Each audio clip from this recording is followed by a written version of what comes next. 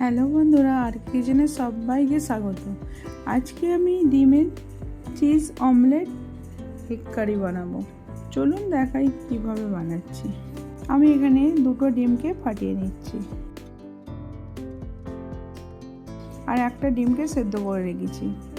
স্বাদ মতো নুন দিয়ে দিলাম।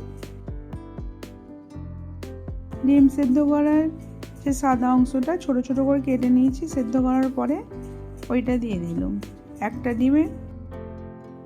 এবার পেঁয়াজ কুচোনা দিয়ে দিচ্ছি, দিয়ে ভালো করে মিক্স করে নেব। কালো মরিচের গুঁড়ো দিয়ে দিলাম অল্প। এবার তেল দিয়ে দিচ্ছি ফ্রাইং প্যানেতে 1 চামচের মতো, দিয়ে এবার ডিমটাকে দিয়ে একটু ভালো করে চাড়িয়ে নিতে হবে।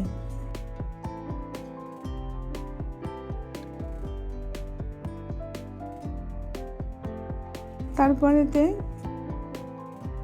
আস্তে আস্তে এটাকে পাল্টে নিতে হবে। পাল্টানোর আগেতে একটা চিজ গ্রেট করে দিয়ে দিচ্ছি। এবার এইভাবে আমি পাল্টে নেব।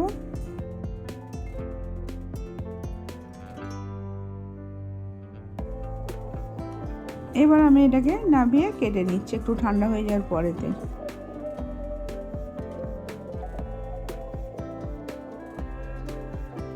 তারপরে 1 চামচ তেল দিয়ে দিলাম, দিয়ে জিরে দিয়ে দিচ্ছি আধা চামচ, একটা পেঁয়াজ কুচোনো দিয়ে একটু ভেজে নিতে হবে।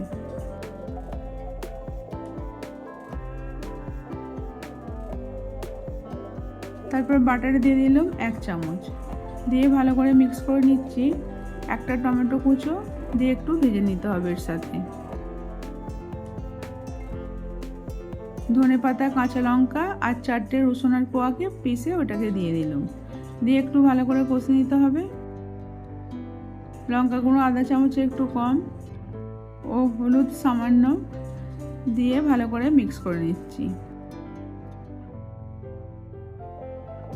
অল্প একটু জল দিয়ে মিক্স করে নিচ্ছি।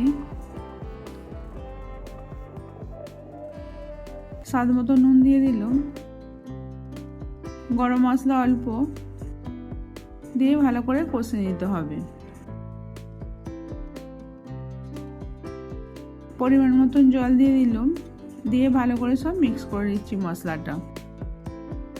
তারপর সেদ্ধ করার যে ডিমটা ওইটা খালি কুসুমটা দিয়ে ভালো করে এর সঙ্গে মিক্স করে নিতে হবে।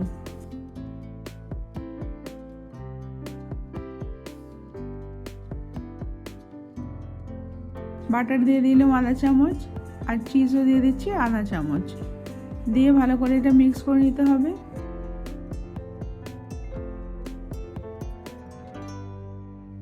তারপরে আমলেটগুলো এতে দিয়ে দিতে হবে, দিয়ে ভালো করে মিক্স করে নিতে হবে।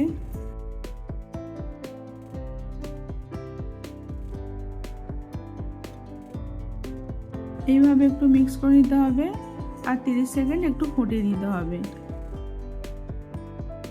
এইভাবে রান্না করে দেখবেন, এটা ব্রেডের সাথে বা রুটির সাথে ভালো লাগবে। এবার আমি একটা প্লেটে ঢেলে নিলাম। ভালো লাগলে লাইক, কমেন্ট, শেয়ার করবেন। আবার অন্য কোনো রেসিপি নিয়ে আসবো।